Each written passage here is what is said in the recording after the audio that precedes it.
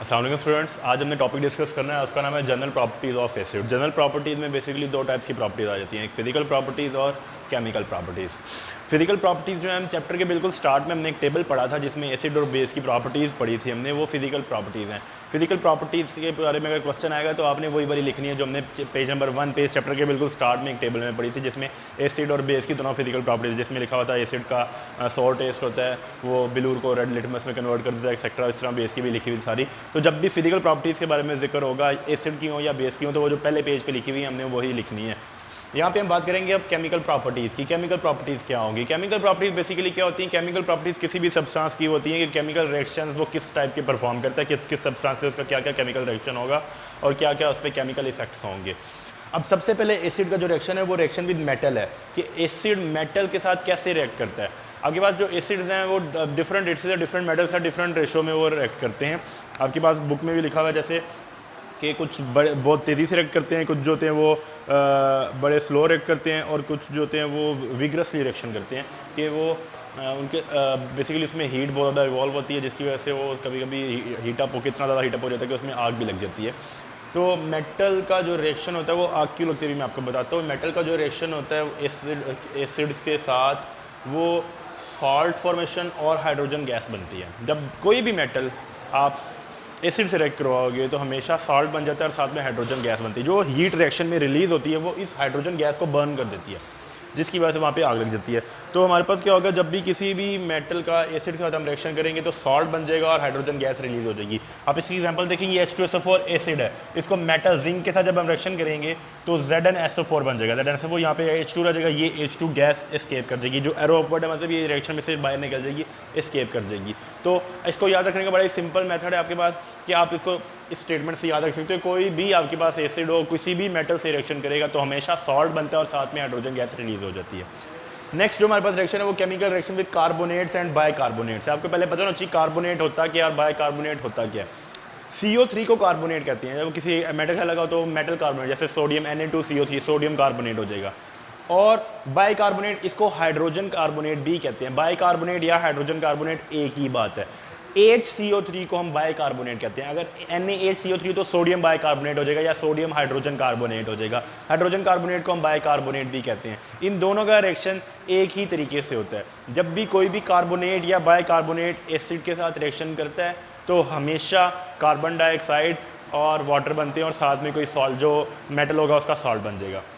अब यहाँ पे पर्टिकुलर एग्जांपल अगर आप देखें तो ये कैल्शियम कार्बोनेट है, इसको अगर आप एसिड से रिएक्शन करोगे तो कैल्शियम का सॉल्ट बन जाएगा, क्योंकि यहाँ पे कैल्शियम मेटल है, कैल्शियम का सॉल्ट बन जाएगा, बाकी कार्बन डाइऑक्साइड और वाटर रिलीज हो जाएगा। यहाँ से 2Cl Ca से मिलके CaCl2 बना लेते हैं, बाकी यहाँ पे क्या रह जाएगा CO3 में से एक ऑक्सीजन इस हाइड्रोजन से मिलकर वाटर बना लेगा और बाकी CO2 रह जाएगा, वो कार्बन डाइऑक्साइड वहाँ से रिलीज हो जाती है। बाइकार्बोनेट के केस में भी ऐसे ही होता है। जब भी कोई कार्बोनेट या बाइकार्बोनेट किसी भी एसिड से रिएक्शन करता है तो हमेशा उस मेटल का सॉल्ट बन जाता है, साथ में कार्बन डाइऑक्साइड रिलीज होती है और साथ में वाटर बन जाता है। तो ये हमारे पास सिंपल रिएक्शन हो जाता है। थर्ड रिएक्शन जो है वो इंपॉर्टेंट है, वो शॉर्ट क्वेश्चन में अक्सर वो पूछा जाता है कि हमारे पास कि न्यूट्रलाइजेशन रिएक्शन क्या होता है। बेसिकली एसिड जब भी किसी बेस के साथ रिएक्शन करेगा हमेशा सॉल्ट एंड वाटर बनता है, इसको न्यूट्रलाइजेशन रिएक्शन कहते हैं। अभी इसी चैप्टर में हम नेक्स्ट टॉपिक जब पढ़ेंगे तो उसमें आपके पास एक टॉपिक आएगा जिसको pH स्केल कहते हैं। किसी भी सब्सटेंस की एसी स्ट्रेंथ फाइंड करने के लिए, एसिडिक स्ट्रेंथ या बेसिक स्ट्रेंथ फाइंड करने के लिए एक हमारे पास यूनिट इस्तेमाल होता है जिसको हम pH कहते हैं। वो pH जो होती है वो डिफाइन करती है कि आपका सब्सटेंस एसिड है या बेस है। उसकी एक रेंज होती है, वो 0 से 14 के दरमियान में होती है। अगर आपके पास जो किसी भी सब्सटेंस की pH 7 से कम हो तो उसको हम एसिड कहते हैं, और अगर pH 7 से ज़्यादा हो तो उसको हम बेस कहते हैं। अब इसको हम न्यूट्रलाइजेशन रिएक्शन क्यों कहते हैं? क्योंकि इसमें हमारे पास एसिड और बेस रिएक्ट करके सॉल्ट एंड वाटर बना देते हैं। ये जो प्रोडक्ट बनता है इसकी जो pH होती है वो हमेशा 7 होती है, बिल्कुल न्यूट्रल होता है, ना तो ये एसिडिक होता है ना ये बेसिक होता है, इसलिए इस रिएक्शन को हम न्यूट्रलाइजेशन रिएक्शन कहते हैं। जब भी कोई एसिड किसी बेस से रिएक्ट करेगा हमेशा सॉल्ट बनता है और साथ में वाटर बन जाता है। इसकी एग्जांपल देखिए आप, HCl NaOH, HCl एसिड है, NaOH बेस है, जब भी रिएक्शन करेगा NaCl सॉल्ट बन गया और साथ में वाटर बन जाता है। इस रिएक्शन को न्यूट्रलाइजेशन रिएक्शन भी कहा जाता है। ये सेम रिएक्शन केमिकल रिएक्शन और बेस में भी आपको मिल जाएगा। तो इसको हम न्यूट्रलाइजेशन रिएक्शन कहते हैं। जो फोर्थ रिएक्शन है वो सिमिलर है हमारे पास जो हमने सेकंड रिएक्शन पढ़ा था जिसमें कार्बोनेट और बाइकार्बोनेट का रिएक्शन देखा था। यहाँ पे क्या है, reaction of acid with sulphide and bisulphide.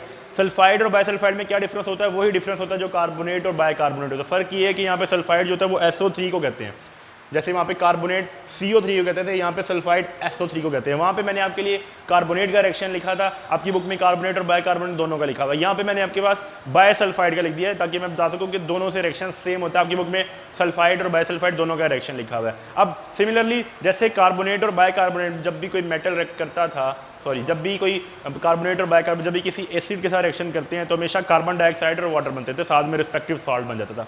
Similarly यहाँ पे भी ऐसे ही होगा, सॉल्ट बनेगा, साथ में हमारे पास SO2 sulphur dioxide gas release होगी और वाटर बन जाएगा। सेम वही है, यहाँ पे आपके पास सल्फाइड है तो वहाँ पे SO2 बन जाएगा। अब यहाँ पे मैंने बायसल्फाइड का रिएक्शन लिखा, बायसल्फाइड एसिड से करेगा, उस रिस्पेक्टिव मेटल का सॉल्ट बन जाएगा और साथ में सल्फर डाइऑक्साइड गैस रिलीज होगी और वाटर बन जाएगा। जैसे यहाँ पे देखें NaHSO3, ये सोडियम बायसल्फाइड या सोडियम हाइड्रोजन सल्फाइड भी आप इसको कह सकते हो। सोडियम बायसल्फाइड है, HCl के साथ रिएक्शन हुआ तो NaCl सॉल्ट बन गया, सॉल्ट बन जाएगा। उसके बाद हमारे पास सल्फर डाइऑक्साइड बनेगी और साथ में वाटर रिलीज हो जाएगा। तो ये सेम रिएक्शन है, दोनों सिर्फ इसमें कार्बन और सल्फर का फर्क है। यहाँ पे वहाँ पे कार्बन डाइऑक्साइड प्रोड्यूस होती है, यहाँ पे सल्फर डाइऑक्साइड प्रोड्यूस हो जाएगी। वहाँ पे कार्बोनेट होता है, यहाँ पे सल्फाइड होता है, वहाँ पे बाइकार्बोनेट, यहाँ पे बायसल्फाइड हो जाएगा हमारे पास। लास्ट रिएक्शन हमारे पास सल्फाइड का है। अब सल्फाइड के केस में आपको जो एग्जाम्पल दी हुई है ना वो H2SO4, ये एसिड है, सल्फाइड नहीं है। सल्फाइड ये है FeS, मेटल जब सल्फर और मेटल आपस में अटैच होते हैं तो वो सल्फाइड होता है। जहाँ पे आपके पास सल्फर की वैलेंसी -2 होती है तो उसको हम सल्फाइड कहते हैं।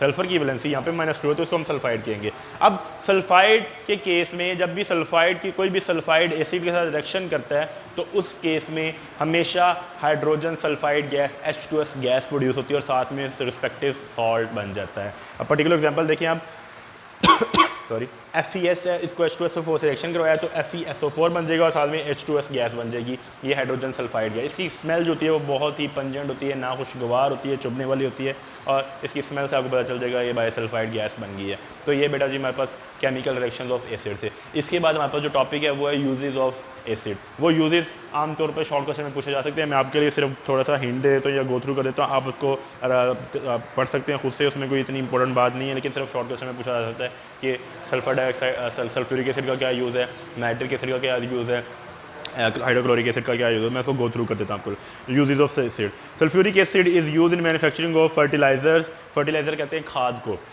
Ammonium sulphide, calcium super phosphate, explosive जो धमाका खेज मवाद होता है उसमें H2SO4 इस्तेमाल होता है उसके बनाने में, मैन्युफैक्चरिंग में। पेंट बनाने में, डाइज जो कलर वगैरह होते हैं, ड्रग्स मेडिसिन को कहते हैं ड्रग्स, तो ड्रग्स बनाने में इस्तेमाल होता है। It is also use as electrolyte in lead storage battery. हमारे पास जो लेड स्टोरेज बैटरी होती है उसमें इलेक्ट्रोलाइट के तौर पर भी ये इस्तेमाल होता है।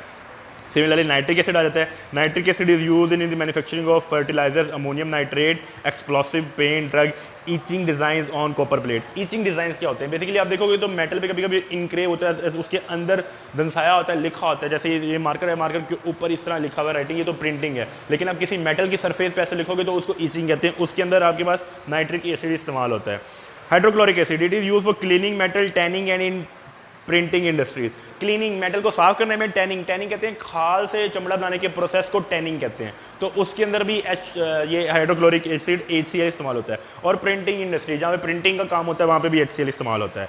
उसके बाद आपके पास बेंजोइक एसिड आ जाता है। बेंजोइक एसिड जो होता है वो फूड प्रिजर्वेशन के तौर पर इस्तेमाल होता है। जैसे हम अचार को प्रिजर्व करने के लिए उसको ऑयल में रखते हैं या सिरके में रखते हैं, उसको पानी से बचाते हैं ताकि पानी से वो ख़राब हो जाता है। सिमिलरली बेंजोइक एसिड फूड्स को प्रिजर्व करने के लिए इस्तेमाल होता है। एसिटिक एसिड भी वहाँ पे इस्तेमाल होता है आपके पास। Acetic acid is use in favouring of food and food preservation. Acetic acid basically सिरके में होता है और वो फूड कलर फ्लेवरिंग करने के लिए, फ्लेवरिंग जायका देने के लिए इस्तेमाल होता है और उसके प्रिजर्वेशन के लिए इस्तेमाल। It is also use in cure of sting of waste. जब आपको वेस्ट काट लेता है तो उसका जो डंग होता है उसका ज़ख्म को भरने के लिए या उसको मेडिसिन के तौर पे भी, एंटीसेप्टिक के तौर पे भी ये एसिटिक एसिड इस्तेमाल होता है। तो ये एसिटिक एसिड या डिफरेंट एसिड के आपके पास यूजेस थे। यूजेस जो है जनरली वो आपसे सिर्फ शॉर्ट क्वेश्चन या MCQ में पूछा जा सकता है कि ये वाला जो पर्टिकुलर किस एसिड का यूज़ है। सारों के अब देखिए पहले दो के ऑलमोस्ट सेम है, आखिरी दो के ऑलमोस्ट सेम है, तो ये थोड़ा सा आपको कन्फ्यूजिंग होगा, लेकिन आपने जो इंडिविजुअल है ना उनको लाजमी याद रखें कि ये सब्सटेंस ये एसिड किस किस प्रोसेस में इस्तेमाल होता है, कहाँ कहाँ पे इस्तेमाल होता है। तो बेटा जी ये आज का लेक्चर था। इस लेक्चर से रिलेटेड आपको कोई भी कन्फ्यूजन या कोई भी क्वेश्चन हो तो नीचे जो बॉटम पे आपको नंबर प्रोवाइड किया गया आप उससे रब्ता कर सकते हो। हम इंशाल्लाह नेक्स्ट लेक्चर में मिलेंगे, तब तक के लिए अल्लाह हाफिज़।